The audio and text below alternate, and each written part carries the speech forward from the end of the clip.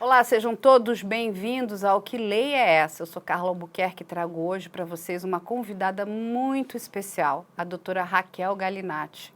Doutora, seja muito bem-vinda. Carla, muito obrigada. É um prazer tê-la aqui conosco, né? Uma mulher assim super importante aqui nesse nosso universo, né, policial. Além de tudo, uma delegada linda, né? Muito linda. E a gente vai trazer hoje para vocês um assunto que é bastante importante, não só para as mulheres, eu acho que para a sociedade brasileira, né? Que é a questão das medidas protetivas, né? E o Estado de São Paulo, e aí nós temos ali que enfatizar aí um trabalho bastante importante aqui do nosso governador atual, o governador Tarcísio, que aprovou aí, né, nós temos aprovado um projeto que era um projeto de lei, agora é uma lei aprovada, que é a Lei 17.635. E eu vou pedir para a doutora Raquel Galinatti começar explicando para a gente que lei é essa. É uma lei estadual, que agora, já no início do ano, o Estado de São Paulo, através do governo atual, o governador Tarcísio, sinalizou que está, sim, colocando como prioridade a proteção das mulheres.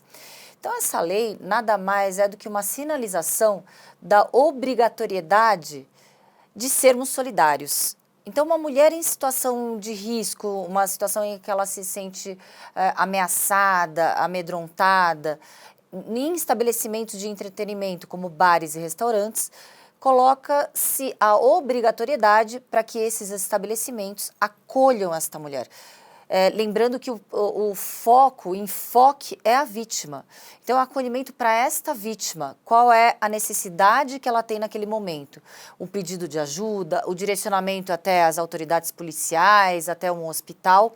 Então, são medidas para que, de uma forma mais célere, essa mulher tenha acesso aos meios de denúncia ou até mesmo de proteção, para que se ela está ali correndo risco e perigo. E vai na vanguarda, né, mundial. Eu concordo 100%, porque assim, a gente já tem, né, esses projetos na Inglaterra e na Espanha, até a gente vai falar um pouquinho do caso do Daniel Alves, do jogador, e a gente pode falar também do Robinho, né? Mas deixa eu lhe fazer uma pergunta, isso é só para as pessoas que estão frequentando aquele ambiente ou uma pessoa que está, enfim, em risco, em perigo, se ela entrar dentro de um estabelecimento, esse estabelecimento precisa prestar essa ajuda, essa solidariedade? Como que vai funcionar isso? Ainda não tem a regulamentação, após a sanção da lei existe um prazo aí de 60 dias para regulamentação, mas acredito que, nesse sentido, o essencial do olhar do Estado, do governo, é abranger e ampliar as formas de proteção das mulheres que estão vulneráveis e vítimas de violência.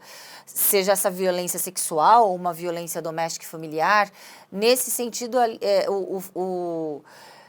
a lupa está para violências sexuais que ocorrem em estabelecimentos de entretenimento. Então, se a mulher ela pede uma ajuda, claro, esse detalhe dela estar fora do estabelecimento ou dentro, o estabelecimento ele tem como obrigação solidária ajudar e prestar ajuda. Não, eu acho isso fantástico, né? Agora eu entendo também o que você explicou, né? Você tem aí 60 dias, né, para implementar, inclusive para treinar, porque não adianta só falar, olha, nós vamos ajudar, mas precisa de treinamento, porque a pessoa que está sofrendo uma violência, ela inclusive, muitas vezes, ela tem até dificuldade de explicar a violência que ela está sofrendo. Então, quando você tem esse olhar atento, as pessoas que estão ali, né, trabalhando naquele determinado estabelecimento, elas vão começar a prestar atenção, inclusive, nessa vulnerabilidade e poder ajudar.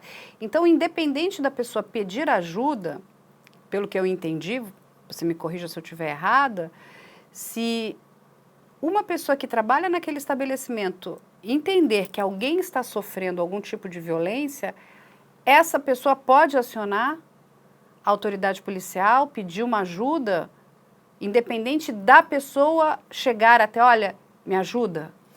Perfeito.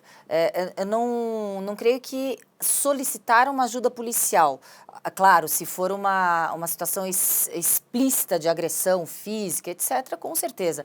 Mas nesse sentido é se direcionar até essa vítima, essa mulher, e falar, você está com algum problema, você está precisando de algo, porque quando nós não estamos automaticamente já condicionados neste olhar, algumas situações são normalizadas.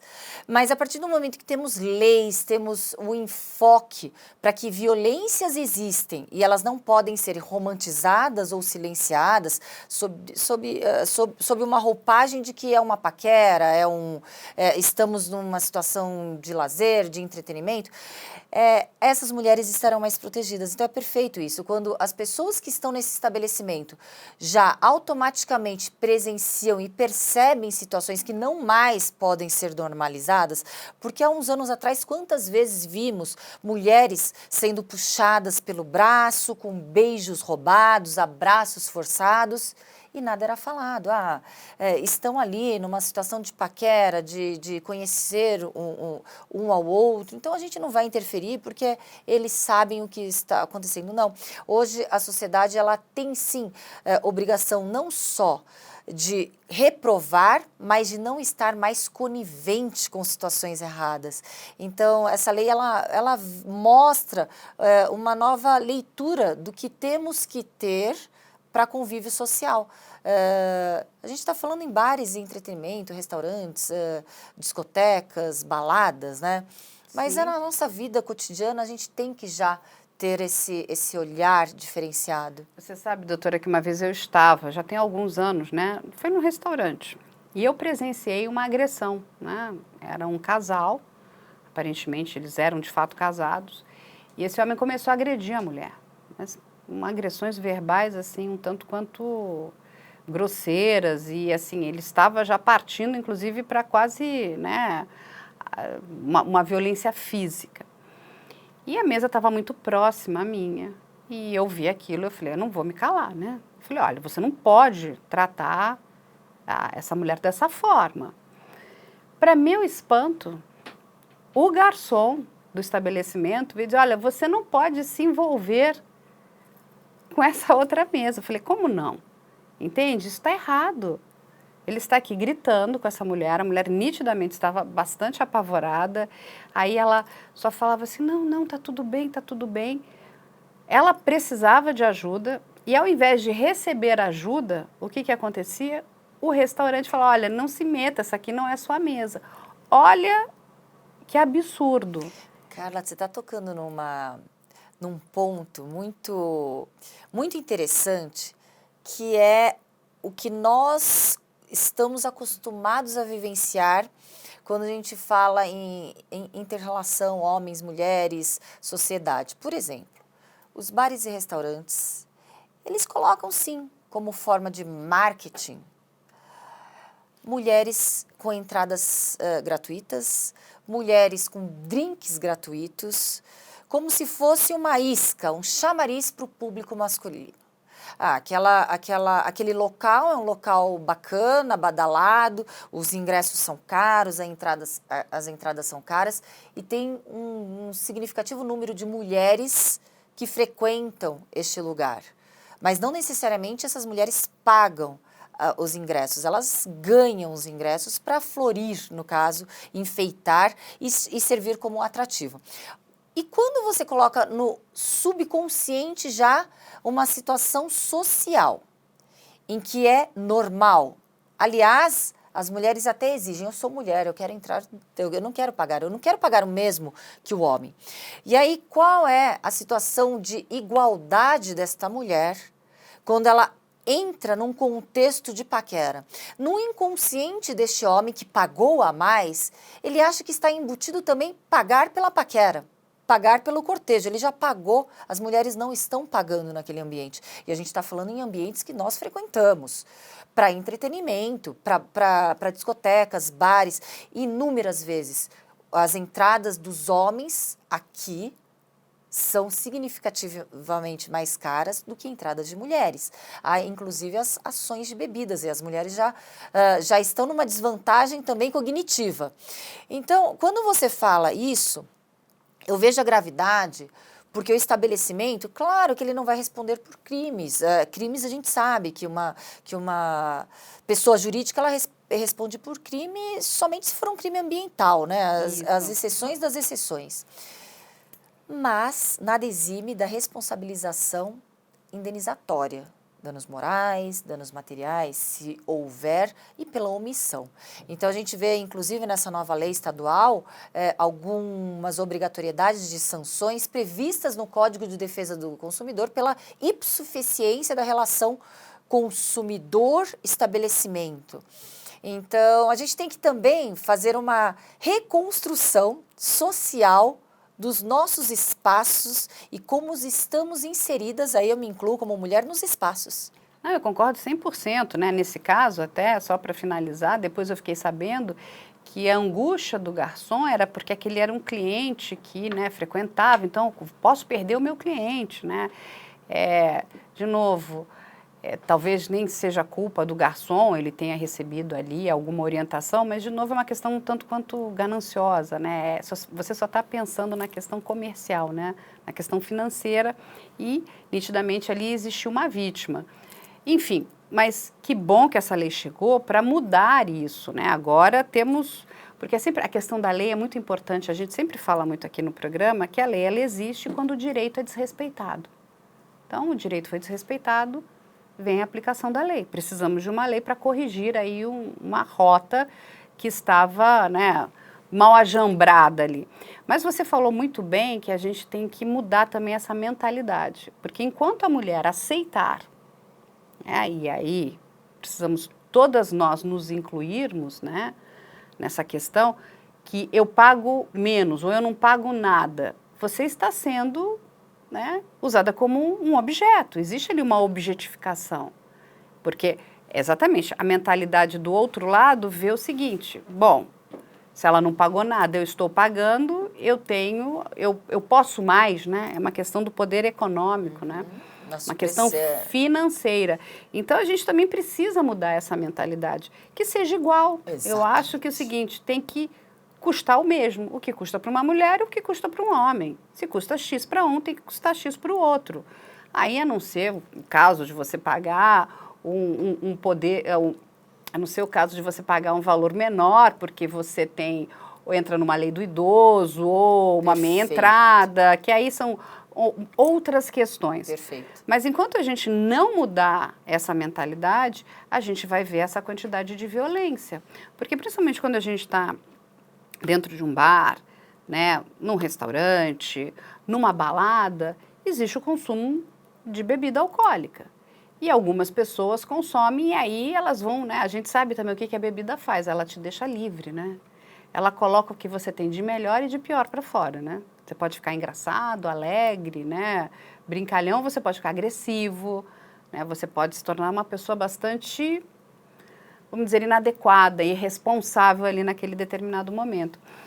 E a gente precisa proteger a mulher, mas a gente precisa da ajuda da mulher também. Sim, e o que a gente vem contextualizando não é cortar gentilezas, né? Porque agora me veio à mente quando estamos num ambiente de entretenimento, uma bebida oferecida. Então quer dizer que se oferece uma bebida automaticamente no cortejo. Se está oferecendo uma bebida, automaticamente é um preço que está se pagando. Também não é assim. Se houver anuência, se houver reciprocidade, se houver um feedback ok, aquilo está tranquilo, tá dentro de um contexto aceitável. Então, claro que é muito mais fácil generalizar situações, ou tudo pode, ou nada pode, para que situações particulares não ocorram e não tenhamos que nos adaptar. Mas óbvio que a gente tem que analisar os casos concretos, as situações. Ainda falando em ambientes de entretenimento, a gente percebe que existem as famosas áreas VIPs. Eu já vou me remeter ao caso do Daniel Alves, né, em Barcelona, em que ele estava numa área VIP. A área VIP significa o que nas entrelinhas também?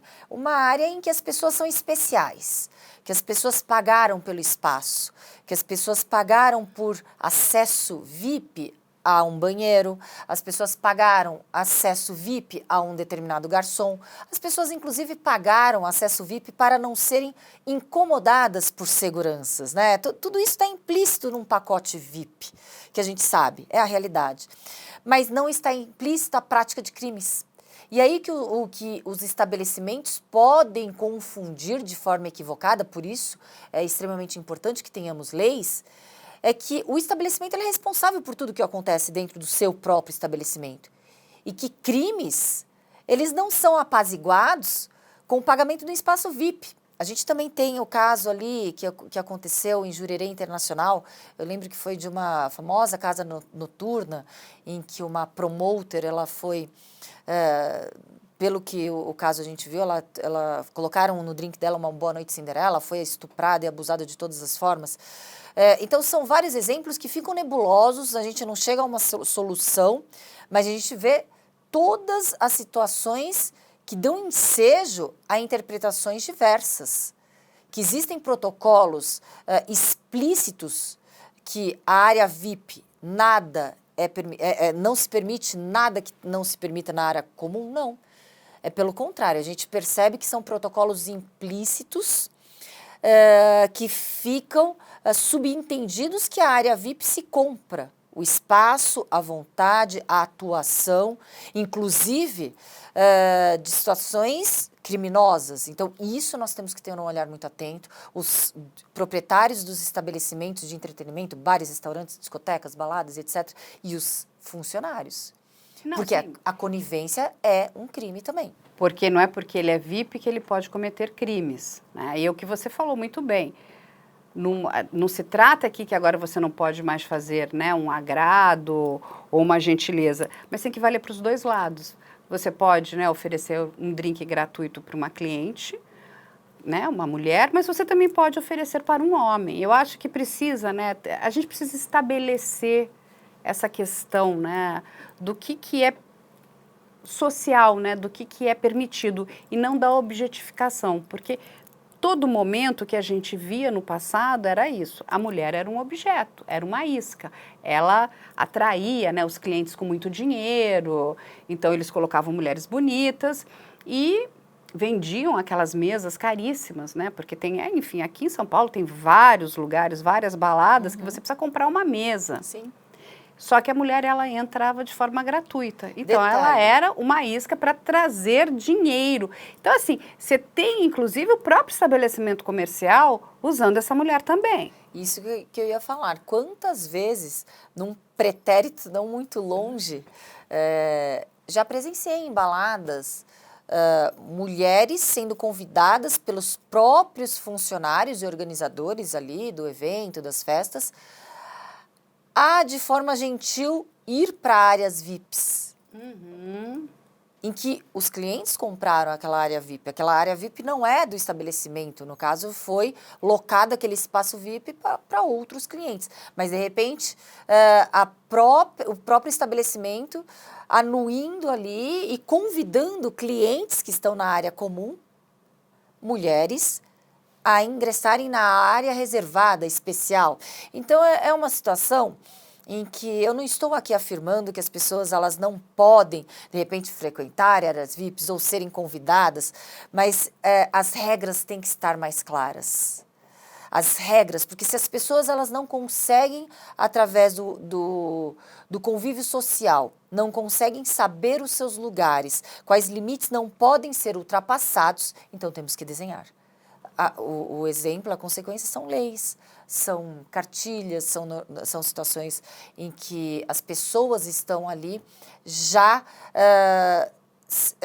educando, orientando o que pode e o que não pode. Algo que deveriam aprender nos berços familiares, né? Então, a gente vê que é toda uma cultura já que se normaliza essa situação de disparidade Não, e você entre sabe homens e mulheres. uma coisa aqui, doutora Raquel, que eu sempre me pergunto, quando a gente vê um homem que tem essa característica, né? Um homem abusador, que ele entende que ele pode fazer o que ele bem entender com uma mulher. Esse homem teve mãe, né? Eu sempre pergunto, como foi a criação? Como é que estamos criando os nossos filhos, né?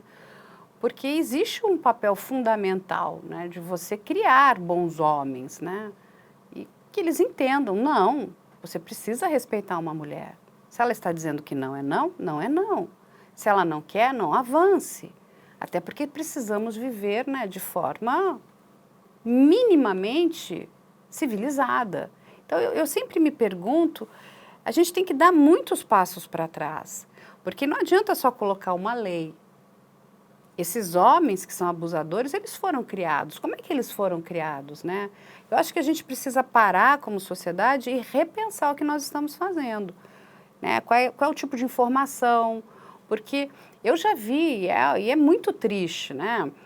Tem famílias que acham que é bonito, né? Ah, ó, meu filho, né? Tipo, é um garanhão, pega um monte de mulher. Mas a mulher, se ela tiver um monte de namorados, aí ela já é mal vista. A gente lida aqui, tem um outro quadro que é o Sofrer Abuso, e a gente vê essas mulheres que sofrem violência, não só violência doméstica, violência sexual também, e é muito triste, é muito triste. E assim, o absurdo chega, elas nos dizem o seguinte, nós não podemos usar batom vermelho, a linda cor de batom que você está usando. Eu só uso batom vermelho. Porque ela é mal vista. Olha qual é a mensagem que se passa para esses rapazes. Então, não pode usar batom vermelho, ela é um objeto fácil, você faz o que você quiser, quanto mais mulher você tiver, melhor você vai ser.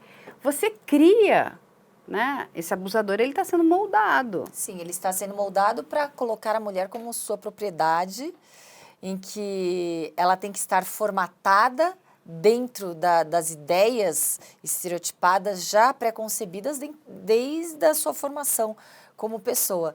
E a gente sabe que quando a gente fala em situações, as consequências mais graves que dentro do relacionamento abusivo, um contexto abusivo, que é o feminicídio, ele ocorre justamente quase 85%, isso são estatísticas mundiais da ONU, em que as mulheres elas são mortas quando elas rompem aquele relacionamento e falam, agora basta, não quero mais.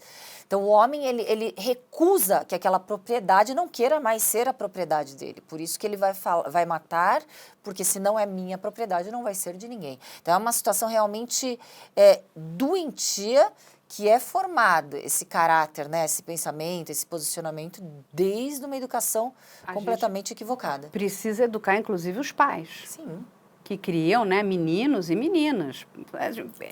Eu sempre digo que a gente tem que dar tantos passos para trás, né, e voltar para a educação mesmo, né. Eu digo que todos os problemas, os assuntos que a gente lida aqui, se nós tivéssemos, acho que mais investimento em educação, talvez fôssemos uma sociedade melhor, Com né? certeza.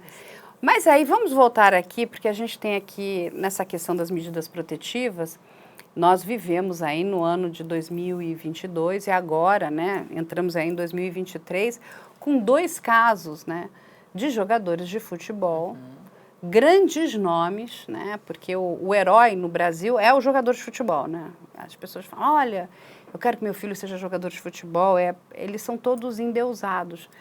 E eu tenho muita dificuldade de entender o que esses homens estão fazendo, né? Porque quando a gente pega o caso do Robinho e agora do Daniel Alves, o do Robinho é uma vergonha.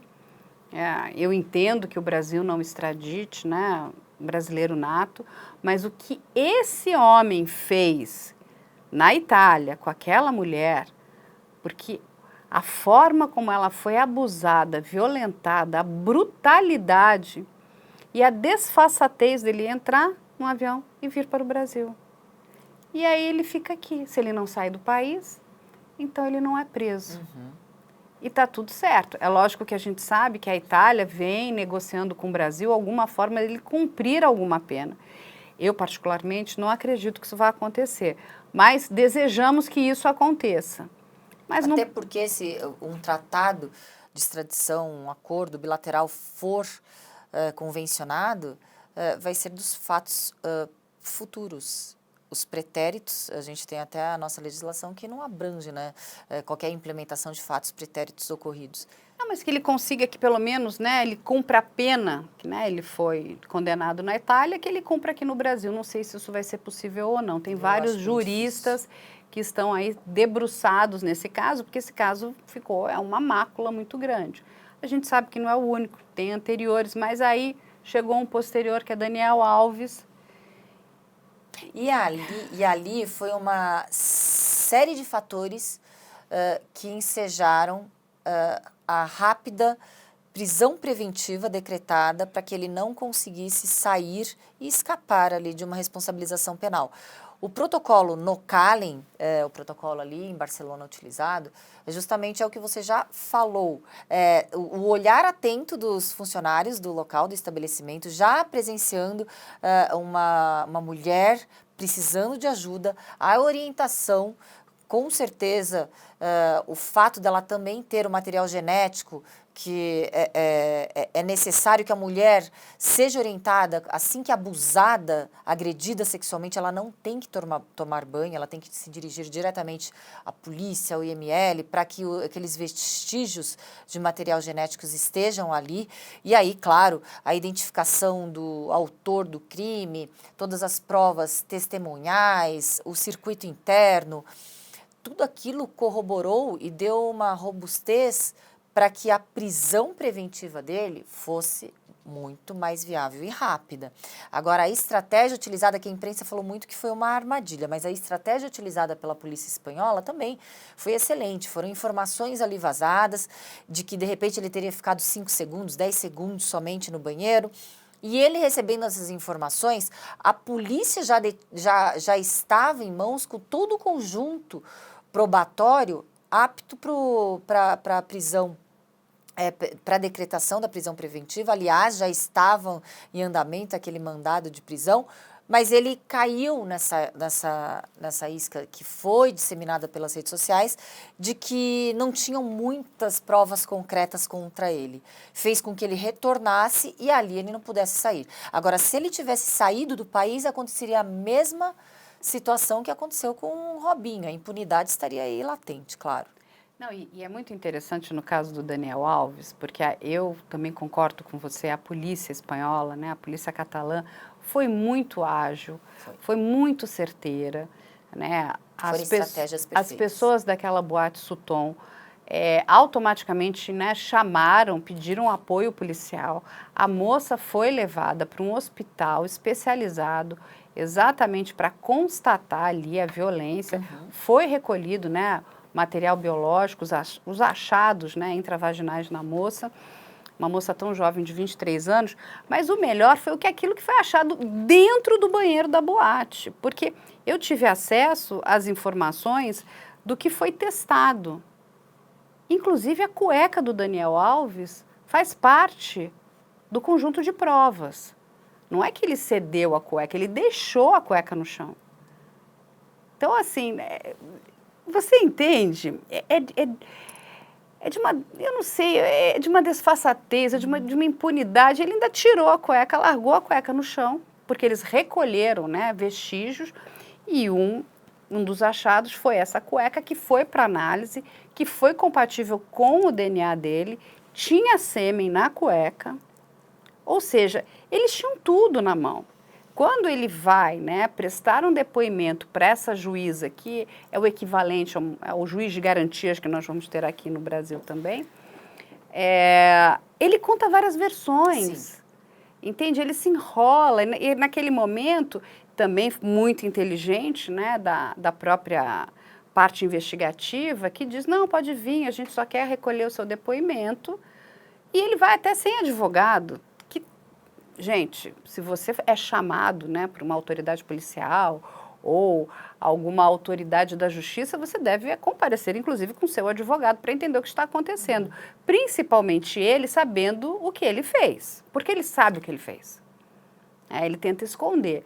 E aí ele conta várias versões para a juíza, e a juíza vai falando, olha, mas a gente tem isso aqui. Você tem certeza que essa é a sua versão?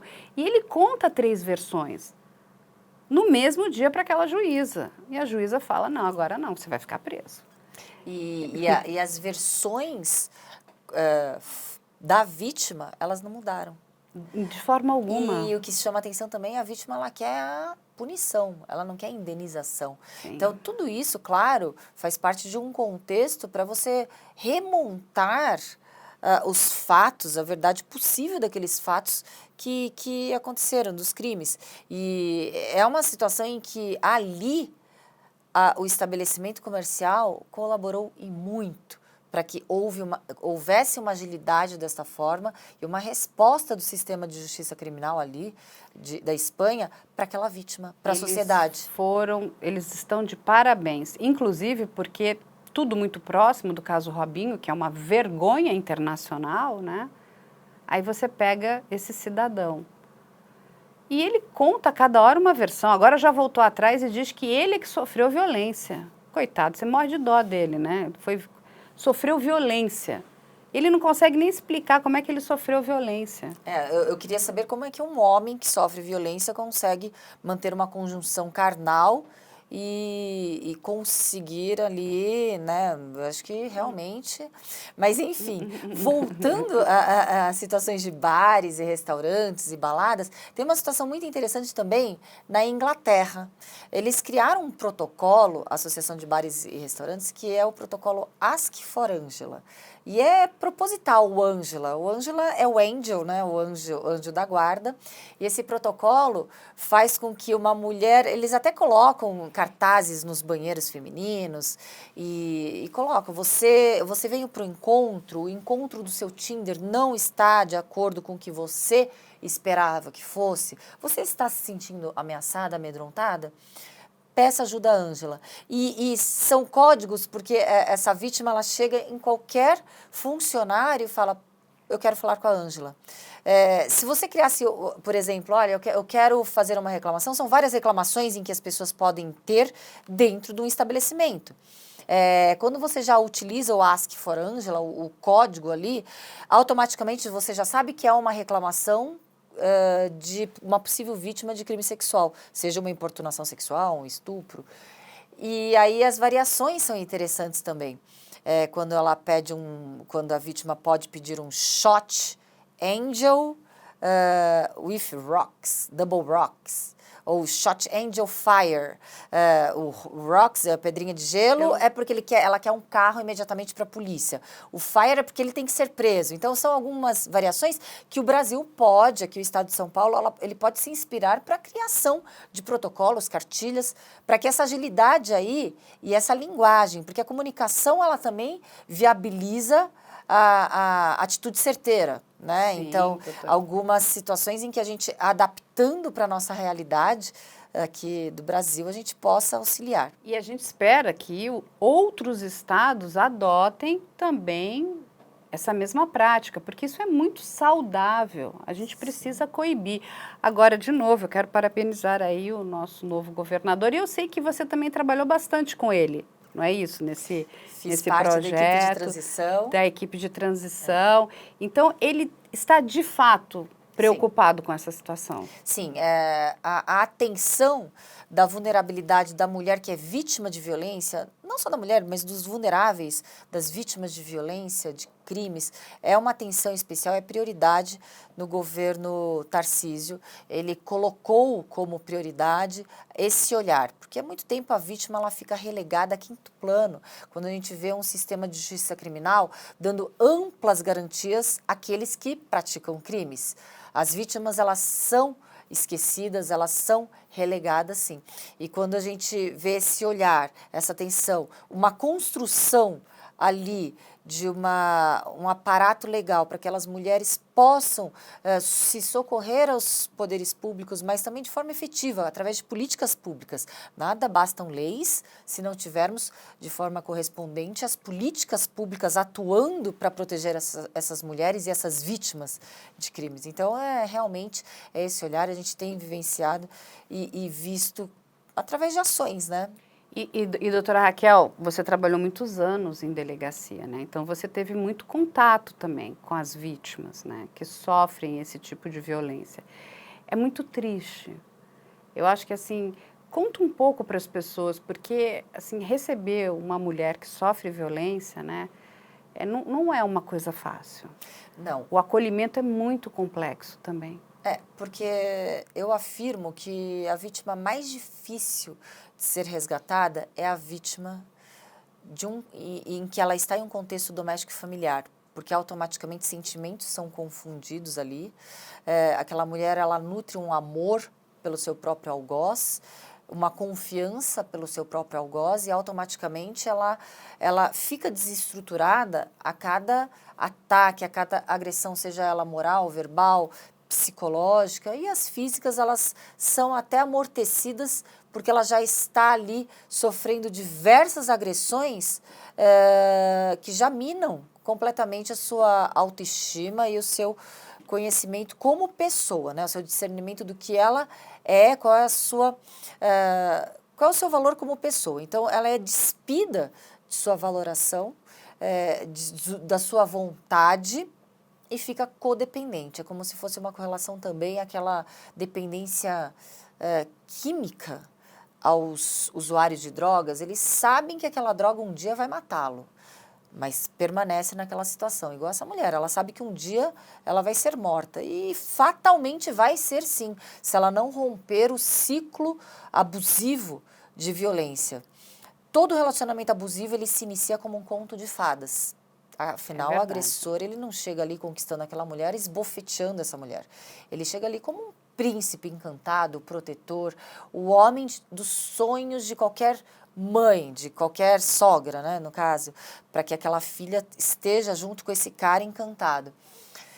E também a gente tem outros sinais, né? A rapidez, a agilidade, a oscilação de humores e sentimentos. Uma hora esse cara ama, outra hora esse cara odeia, uma hora ele... Algumas táticas estratégias para minar a autoestima dessa mulher, um excesso de atenção, um abandono completo. Então, quando essa mulher, ela se dirige até uma delegacia de polícia, ela não foi agredida pela primeira vez. Isso também são estatísticas mundiais, infelizmente é uma realidade vivenciada por vítimas de crimes sexuais e violência doméstica, por vítimas de violência doméstica e familiar, não de crimes sexuais. E a Eli, ela já tinha sofrido uma série de agressões, e quando ela se dirige muito culpada na delegacia. Olha. Muito envergonhada. Ela tem uma carga emocional muito grande. Ela chora, ela não tem coragem de falar, e quando ela fala, ela se sente culpada, de repente, de estar incriminando alguém que é o pai dos filhos dela, ou que ela ama. Então, por diversas vezes, fiança foi arbitrada por mim para flagrante de violência doméstica e familiar. Quem pagou a fiança foi a própria vítima. Até o momento em que eu falei, chega, a gente não arbitra mais a fiança aqui. São situações em que você percebe a mulher ali dilacerada, muitas vezes com o seu rosto completamente desfigurado, mas nada deve ser comparado ao que essa mulher deve estar internamente sentindo. E deixa eu lhe fazer uma pergunta, aqui no estado de São Paulo, né? A gente sabe que em alguns casos existe a possibilidade de você fazer um boletim de ocorrência eletrônico. Eu entrevistei muitas mulheres e elas exatamente relatam essa questão da dificuldade de ir até uma delegacia e recontar o que elas passaram, o que elas viveram. Existe a possibilidade do boletim de ocorrência eletrônico para casos de violência doméstica? Sim, desde 2020, foi em abril, março de 2020, no início da pandemia, a Polícia Civil do Estado de São Paulo foi pioneira na possibilidade, na abertura de denúncias através da internet, por meios eletrônicos, por boletins de ocorrência eletrônicos. É claro que é necessário também um exame de corpo de delito, se esse crime deixou vestígio, a solicitação de protetivos de urgência, mas sim, é possível fazer online, existem delegados 24 horas para recepcionar, inclusive prisões já foram feitas através dessas denúncias e boletins eletrônicos, equipes se direcionaram e salvaram vidas já. Então, a gente sabe que é possível. Não, isso é muito bom, é importante. Olha a informação que a doutora Raquel passa, porque é uma dúvida que muitas pessoas tinham, né? Eu posso fazer um boletim de ocorrência eletrônico se eu for vítima de violência doméstica? Então, olha, Desde a doutora 2020, sim. explica que sim. Aí tem uma outra questão que eu vou perguntar para você também, que é em relação à medida protetiva da Lei Maria da Penha. Muitas mulheres reclamam dessa medida protetiva porque elas entendem que essa medida não protege, né? Então, elas recebem o direito da medida protetiva, mas os homens não respeitam. E elas se sentem mais ameaçadas do que antes, porque, olha, enfim, o policial não consegue ficar 24 horas ali vigiando a casa da pessoa para saber se a pessoa vai chegar, está perto ou não.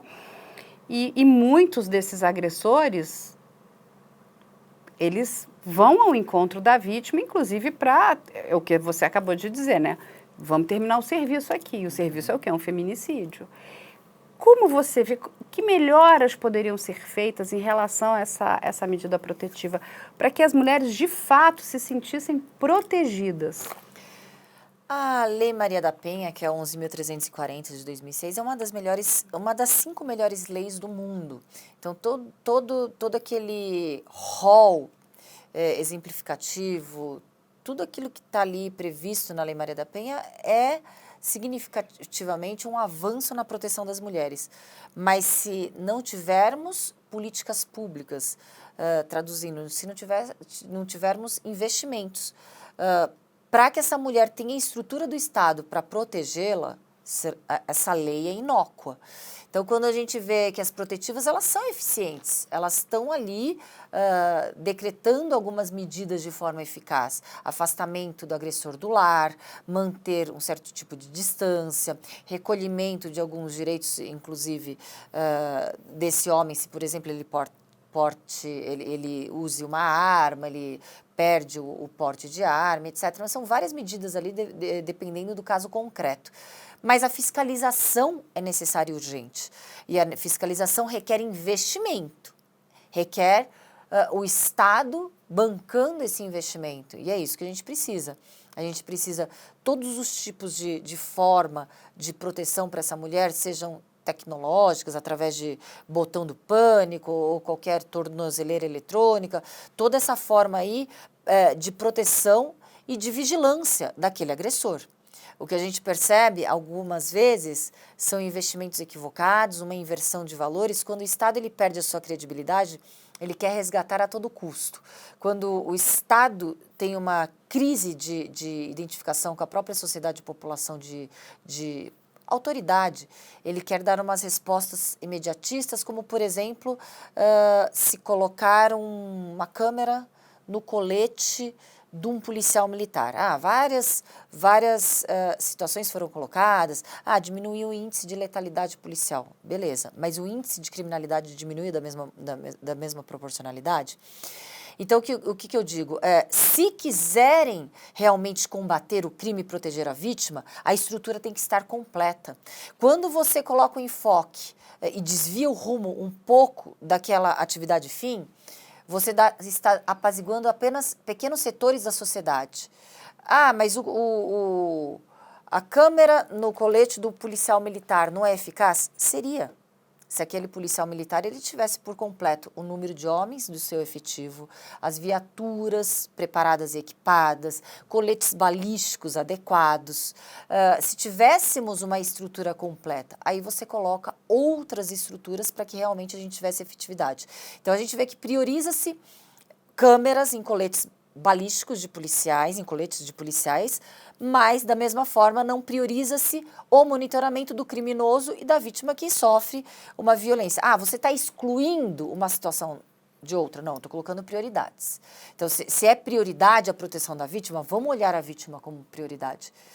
O ideal é que tivéssemos todo o aparato por completo, mas escolhas foram feitas e as escolhas estão ali. Na realidade, a gente vivencia que as escolhas não foram as melhores escolhas de políticas públicas, pelo menos no combate ao crime de segurança pública, adequadas e acertadas nos governos que nos antecederam. Por quê? se fossem eficazes, os crimes estariam diminuindo. A gente não vê isso em estatísticas. Não, muito pelo contrário, a gente vê o crime aumentando. Em relação à violência doméstica, violência sexual, ele explodiu, né? E muito, né? Eu também entendo que é muito difícil para a polícia combater algo que está dentro de uma residência, porque ali é um espaço privado, ela precisa ser acionada. É muito mais fácil ela coibir um crime que está na rua, né? Então, está tendo roubo, tráfico, mas aumentou, é o que você falou, nós precisamos de políticas públicas. Mas tem um outro dado aqui também, doutora, assim, que eu conversei com várias delegadas, né, principalmente das DDMs, que são as Delegacias da Mulher, que tem também um perfil de, infelizmente, né, a gente tem a vítima, a vítima que é real, essa que sofre violência e que na grande maioria das vezes não acaba procurando ajuda porque tem medo do agressor, tem medo do que possa acontecer, porque ela não consegue ter independência financeira. Então, eu tô aqui, se eu sair, se ele me deixar, eu não tenho nem como sobreviver. São vários os problemas que aquela vítima sofre. Mas eu conversei também com algumas delegadas que me informaram que tem muitas mulheres que usam essa questão da medida protetiva porque querem dar susto em homens. Que é uma tristeza, né? Alguém fazer isso. Porque o que acontece? Você enfraquece, inclusive, essa vítima que sofre violência. Porque a outra resolve assim, não, eu não gosto muito dele, então quero dar um susto nele. E eu falei assim, gente, mas isso é horrível, né? E aí elas me disseram, é mais comum do que a gente imagina. Infelizmente, aí é lógico que são delegadas muito especializadas, elas vão, né, fazendo ali, colhendo os depoimentos e vão verificando que as histórias, elas não têm muito pé nem cabeça.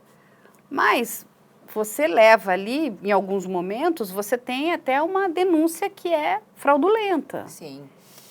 Oportunistas, mau caráteres, a gente vê em todas as esferas e, claro, ela é indiferente de ser homem ou mulher. Então, pessoas oportunistas que tentam vantagem em cima de ressalvas ou aparato ali de proteção, elas não só elas devem responder criminalmente por uma possível denunciação caluniosa que for, mas inclusive elas destroem anos de lutas de verdadeiras vítimas, de mulheres que estão ali realmente oprimidas, que estão ali desacreditadas e estão sendo mais desacreditadas por oportunistas que desviam o enfoque de proteção.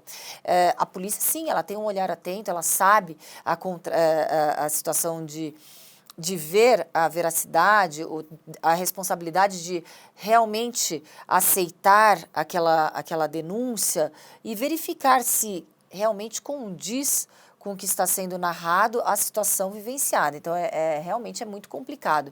Da mesma forma, a gente pode falar dessas leis, da nova lei estadual, dos bares e restaurantes, ela não está a salvo nem blindada de possíveis oportunistas que tentem ainda uma exploração financeira do próprio estabelecimento para indenizações por supostos crimes que não foram praticados, mas que estão sendo alegados. Então, é uma situação em que a gente, claro que a gente vivencia e que a gente tem que combater, mas lembrando que a gente não pode generalizar e nem retroceder nos avanços da proteção da mulher que realmente é vítima e precisa. Não, mas é muito importante quando você traz esse ponto e a gente explicar aqui também que nós temos hoje, né, um rol, né, de delegadas e delegados que trabalham, né, com essa questão da violência, que são muito preparados. O que é muito triste é o gasto do tempo, né, porque quando você vai lá, né, e está vendendo algo que não é uma realidade, que é uma mentira, ou para ter algum benefício, sabe-se lá qual, se financeiro, ou porque quer prejudicar aquele determinado parceiro, o que é uma tristeza, porque essa pessoa, quando faz isso, ela não percebe o mal que ela está fazendo para esse conjunto de pessoas que de fato sofrem violência. E a pessoa que sofre violência, eu já lidei aqui com várias, é de uma tristeza, assim, você tem vontade de abraçar e falar, como é que eu te ajudo, né? Porque aquela pessoa parece que ela perdeu a alma. Sim. Sim. Ela vive uma coisa meio que parece um zumbi. Sim. Ela perde um pouco a direção, o que ela acredita, né? Que caminhos ela vai tomar. É muito, muito triste. É muito cruel, né? Essa forma de destruição de uma pessoa que ela é minada por completo em todo o seu significado como ser humano, né? Então, realmente. Mas quando a gente vê situações em que a polícia ela é utilizada para chantagens ou para tentativas de exploração financeira, econômica, essas pessoas elas devem ser responsabilizadas e são responsabilizadas quando detectado aí essa tentativa de falsa denunciação. E aí, só para a gente terminar aqui, eu vou te fazer uma última pergunta, eu vou trazer até o caso lá dos médicos, no Rio de Janeiro. Lembra do anestesista? Lembro. O que acontece? Aquelas imagens, né, foram feitas por uma equipe, né, de enfermeiros, né, que, na verdade, eles estavam vendo que algo errado estava acontecendo ali, mas sem uma prova ficava muito difícil que aquele determinado médico fosse preso. E não foi o primeiro, depois a gente, né, teve conhecimento de um segundo médico também. E muito se falou na questão dessas imagens, se elas seriam legais, se elas não seriam legais. E aí eu vou perguntar para você o que é isso que é uma loucura. Quando você está ali capturando a imagem que comprova que aquela determinada pessoa, né, cometeu um crime, e eu entendo a defesa, né, eu entendo o contraditório, nós inclusive sempre convidamos pessoas aqui para que elas possam falar, mas quando elas usam desse mecanismo para tentar destruir uma prova, não, mas aquela pessoa colheu aquelas imagens de forma irregular ou de forma ilegal. Você que é uma policial, que é uma delegada aí de tanta experiência, me dá um pouquinho do seu ponto de vista sobre isso. Essa capturação, que foi uma captura ambiental, né? A gravação ambiental ali é plenamente legal, possível. É um ambiente que estava sendo gravado, porque é um ambiente profissional, era um estabelecimento, um hospital. Ele estava ali supostamente para atuar, para ser um médico, salvar vidas, vir auxiliar um bebê vir ao mundo, e nesse sentido não tem nenhuma ilegalidade naquela coleta de provas, naquela prova que foi robusta e que deu realmente todo o ensejo ali, toda a argumentação para que ele fosse preso, em flagrante. Ele foi preso em flagrante na sequência, porque as provas foram já imediatamente levadas para a delegada. Para a delegada. Então, é uma situação em que as pessoas elas confundem. A gente tem uma elasticidade muito grande para permissão da prática de crimes. Então, tudo se alega a violação de direitos constitucionais e garantias constitucionais. Mas esses direitos e garantias constitucionais, elas devem ser realmente daqueles que estão ali precisando de uma proteção. Agora, quem por livre e espontânea vontade pratica crime, viola, mesmo que se ele quisesse alegar, nenhuma garantia constitucional ali foi violada, tá? Mas eu falo mais. Eu vejo que é necessário uma nova leitura dos legisladores. Porque quando você dá esse excesso de garantias para aqueles que praticam crimes, você automaticamente não dá a certeza do castigo para aquele que pratica crime. E quando você protege o criminoso, a imagem dele não pode ser mais divulgada. Coloca ali uma tarja na imagem desse criminoso. Quantas vezes a imagem desse criminoso divulgada auxiliava no trabalho da própria polícia e na proteção da população em geral para saber que ali era um criminoso? Inclusive, nós temos códigos, né, de alertas em outros países. Se aquele determinado cidadão foi um criminoso sexual, toda a vizinhança sabe que ele é um criminoso sexual. Qual é a ponderação aí de valores? A proteção da individualidade daquele criminoso que vai colocar em risco outras pessoas ou do entorno de toda uma sociedade. Então, a gente está realmente vivenciando uma inversão de valores e é necessário que a gente resgate. Eu concordo 100%. Eu acho que é importantíssimo que isso seja resgatado. Porque quando a gente escuta olha, essa prova talvez ela não tenha um valor. Eu falei, mas o que a gente precisa? Uma paciente que está lá anestesiada e, no caso, ela recebeu uma quantidade de anestésico ainda maior para que ela não pudesse, né, oferecer nenhum risco para o agressor, o que ela pode fazer? Não é, doutora? Entendi. Então, assim, eu parabenizo aquela equipe, né, de enfermagem que foi muito inteligente. Eles precisavam de uma prova, senão ia ser, né? Não, eu vi, não sei. E ia falar, não, mas eu não fiz. Aí a paciente que não consegue se lembrar de nada porque estava, né, com uma anestesia, inclusive numa quantidade muito superior do que deveria ter tomado. E essa situação de hierarquia também, eram enfermeiros, ele, no caso, ele era um médico, uma hierarquia no trabalho, essa situação toda que coloca com inibidores, né? Não, isso é uma outra questão que isso precisa ser combatido. E aí depois a gente acaba descobrindo que isso é mais recorrente do que a gente imagina. Gente, nós estamos, né, num hospital, né, e recebemos informação que tem gente que está em coma e aparece grávida. Eu falei, mas que perversão é essa, né? Então, eu acho que não é só, inclusive, nos bares, restaurantes e baladas, né? Que a gente vai precisar de medida protetiva, nos hospitais também, né? A gente precisa treinar, né? É o seguinte, esses funcionários, inclusive esses estão de parabéns, que foram muito ágeis, né? E a gente espera, né, que esse médico tenha aí uma condenação exemplar, mas sim, exemplar, porque ele roubou ali daquelas mulheres aquele momento mágico, né? Que é o momento que está trazendo, né, uma das maiores alegrias da vida delas, né? Que é o seu filho. E aí, de repente, ela está, né, se vendo ali, não podendo amamentar, tendo que, né, tomar ali o PrEP, né, para não pegar uma doença. Olha que situação. Enfim, eu não sei aonde nós vamos chegar, doutora Raquel Galinatti. É uma situação de impotência, né? Uma situação de injustiça, porque a gente sabe que nada vai retomar aquele momento vivenciado ou resgatar a dignidade daquele momento. É um momento que mancha para aquela própria mulher, para o pai da criança também, para toda aquela família. É uma estrutura assim que realmente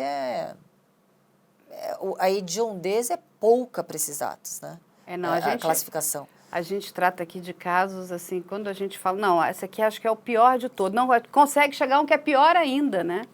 É absurdo, né? O ser humano ele vai ficando criativo, né? Principalmente o criminoso. Mas eu queria agradecer muito aqui a doutora Raquel Galinatti por ter vindo hoje conversar conosco. Vou chamar muitas outras vezes, nos outros quadros também, essa superdelegada aqui. E vou deixar aqui as suas redes sociais, para que as pessoas possam entrar em contato com você também. Eu estou no Instagram, delegada Raquel, @Raquel Galinatti. Ali tem um link que diretamente direciona para o Facebook, para o Twitter, para as páginas e etc.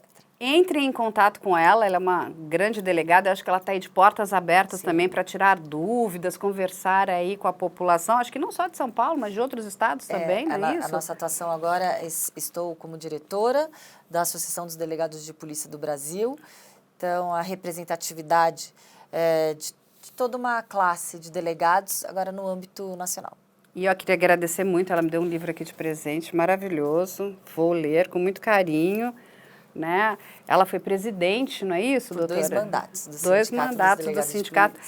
Trabalhou aqui do Estado de São Paulo. Trabalhou com o delegado Alexandre Zaquir lá também. Excelente delegado. Ele faz parte dessa história. Aqui do livro.